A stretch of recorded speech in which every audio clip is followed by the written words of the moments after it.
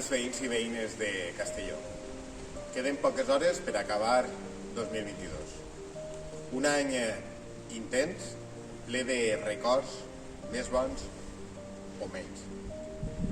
Recordarem, malauradament, una guerra que es va iniciar al cor d'Europa i que afecta especialment alguns veïns i veïnes del nostre poble d'origen ucranià, als que vull saludar afectuosament. Però també a la resta d'europeus ens ha afectat econòmicament i malauradament s'hem tingut que fer sobreesforços i ajustos per a poder viure d'una manera digna. Per altra banda, 2022 també és l'any en què hem recuperat moltes coses que trobaven a faltar. Activitats, festes, tradicions i un munt de coses que ens fan ser el poble que som i de gaudir de la gent a la que estimem.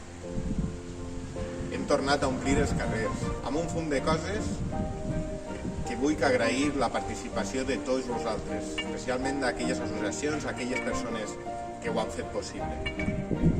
Des de l'Ajuntament de Castelló de Rugat intentarem estar a l'altura de tots aquells que heu participat en aquest any de la recuperació. Continuarem fent activitats esportives, culturals, educatives.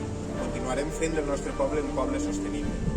Continuarem les nostres polítiques d'igualtat, que malauradament continuen sent molt necessàries. Farem l'esforç per dur il·lusió i esperança al nostre poble. Sols em queda desitjar-vos un feliç any 2023, on tots els vostres somnis es complisquen i fem d'aquest any l'any del nostre poble.